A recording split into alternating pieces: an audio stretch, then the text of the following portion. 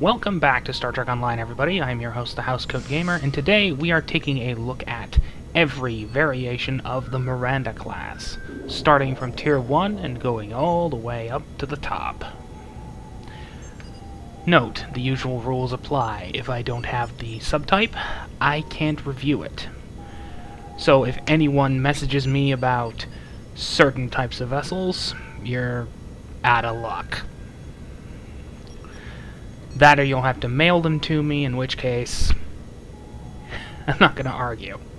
Anyway, we're taking a look at the Miranda-Class today. Her first appearance was in Star Trek II, The Wrath of Khan, as the USS Reliant, NCC 1864, the type vessel seen here. The Reliant, under Captain Terrell, was surveying planets for the Genesis project, when Khan decided to hijack the ship with a little help from brainwashed Terrell and Pavel Chekhov. This resulted in possibly one of the most iconic sequences in the series, where the Enterprise and the Reliant are caught in a pitched battle, resulting in the Reliant's destruction, because Khan is a sore loser, and he used the Genesis device to create a small solar system. That was a mistake, but that's a bit of a statement for Movie 3 now, isn't it? The Miranda is an old design by TNG standards, having been introduced at least 90 years before the original, well, before Season 1 of TNG. The Tier 1 variant is the worst of the lot, and for good reason. It's your starting ship, and due to its reputation, it's gotten a bit of a bad rap. The ship has been destroyed more often than almost any starship in Trek history. But people tend to not understand why this keeps happening. This is a frigate by TNG standards. A frigate that has not seen a major modernization in decades. In fact, by TNG, they were starting to phase these things out in favor of Norways, Sabres, but there were just so many of them. Case in point. Yeah, that's how common the Miranda-Class is. There are tens of thousands of the damn things, all serving logistical roles throughout the Federation. In fact, the first time we see a Miranda in TNG, it's missing the roll bar and it's basically a supply ship. This is as close as we're getting to that configuration, though. For reasons I fail to understand, they won't let us they won't give us the roll barless configuration. There are other skins for this design. The poorly thought out Shalkir, for example. Whoever thought holes in starships was a good idea, no, this complicates production. Doesn't matter how cool it looks. Of course, the Miranda finally got another subtype, or successor, in the form of the Centaur class. At least we presume it's the Centaur. It's obviously derived from the Excelsior class with some Miranda hints. I mean, seriously, that's a Miranda roll bar.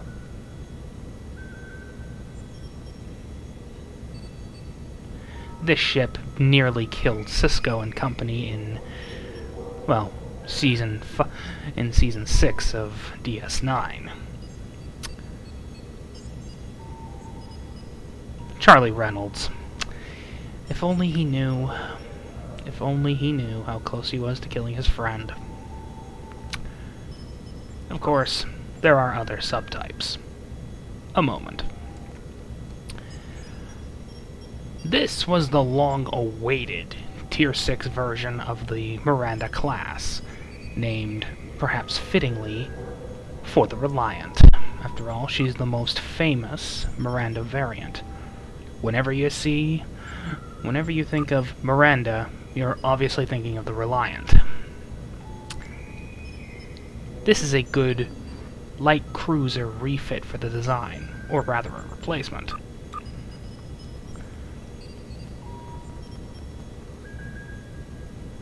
A fitting ship with a fitting trait. Evasion Specialist. Pilot abilities. Emergency power to engines. They make your shields harder to get rid of, and they regenerate them faster. Not a trait I use very often, mind you. Of course, there is a benefit to having a C-Store ship. That being, you can get your hands on its ultimate variant. Now, where is the damn thing?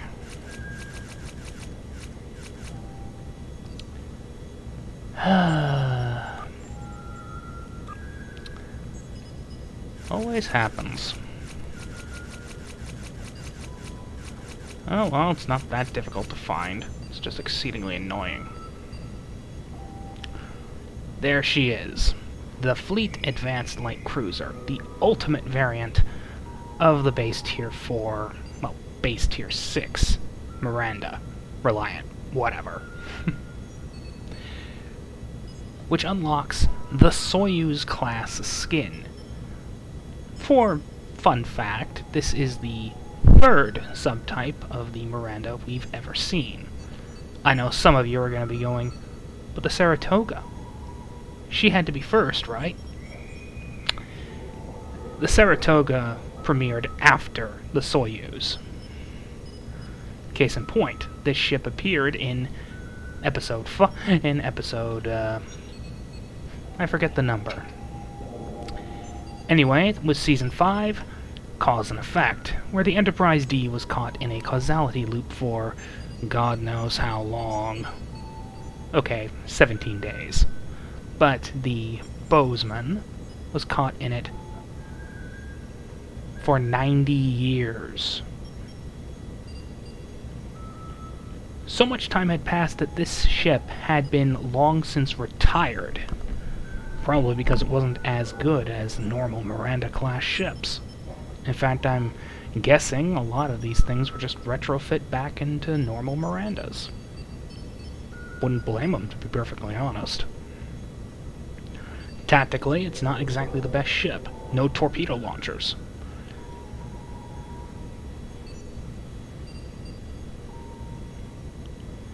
And it's a science ship. And it's probably not as good as the Oberth. Now, I have this on this tune. This is my main, and I figured I'm never getting my hands on any. I'll get my hands on one fleet ship, at least. Then, recently, things changed. And changed with this. The Clark Multimission Command Cruiser. Fun fact, this is technically a Malachowski-class vessel. However,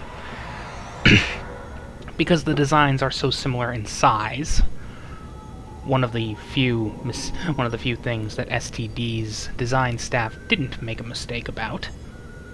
Credit where it's due. The Cryptic staff decided, okay, let's just unify the designs. If you've got the Clark, you have access to all the Malachowski stuff, and if you have, and the Miranda stuff as a bonus.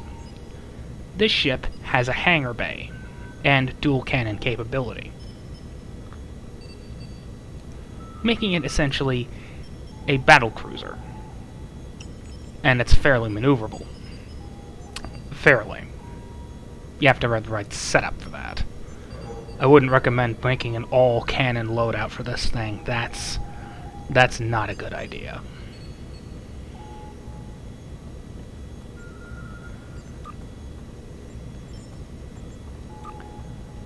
The Clark is an oddity, to put it mildly.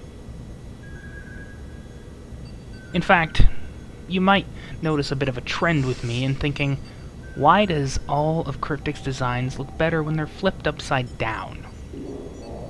Now, I wish I could do that in this ship manager, but that's not happening. There is a fleet version of this ship.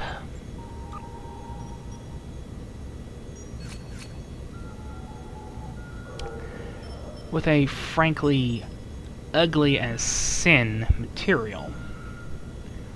Never been a fan of it.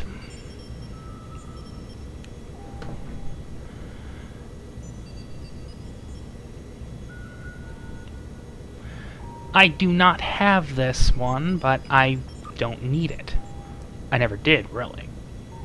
Mostly because I have an even better ship.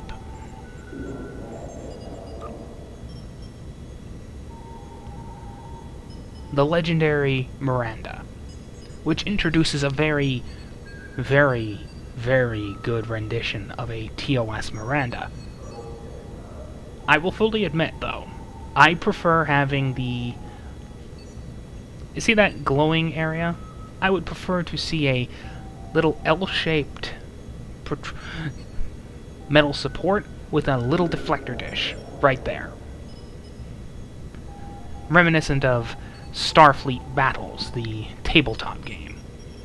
But that's not going to happen, and this is good enough. And I'm not sure which one came first, the Ages of the Federation version or this one. They came out pretty much concurrently, so I'm not sure who ripped off whom, and I don't care.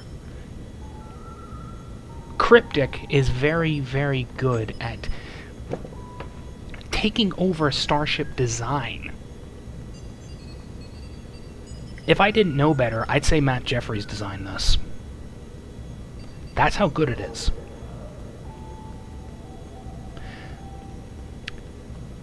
Like the Clark, this is a multi-mission command cruiser. Well, I won't call it a command ship. It in fact has temporal seating. But it's a very effective ship, and far more effective than the Reliant or the Clark. Mostly because this is a fleet-grade vessel, and I've given this thing a legendary token. Well, a Tier 6X token, meaning I've added a universal console to it. In the contest between the three, however, which one is best? Will it be the Soyuz, the retrofit Malachowski, or the legendary TOS Miranda? In terms of offensive capability, I'm going to have to go with the legendary. It has 5 forward weapon slots compared to the 4 aft version of both ships. The normal ones only have the same cruiser layout. This thing, however, is very offensively minded. You can have a dual beam bank and a dual cannon, heavy or normal, as well as 2 phaser arrays. And on the aft, you can have a turret.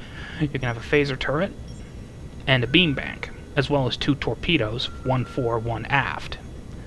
I like myself a balanced layout, and the extra torpedo launchers reduce energy consumption, which means more power can go to those phaser banks. And as a bonus, this thing unlocks Type F shuttlecraft fighter pets. I'm not going to show this thing in combat for one good reason. You've seen enough of my... You've probably seen a few of my vids by now, so you know exactly what this thing can do.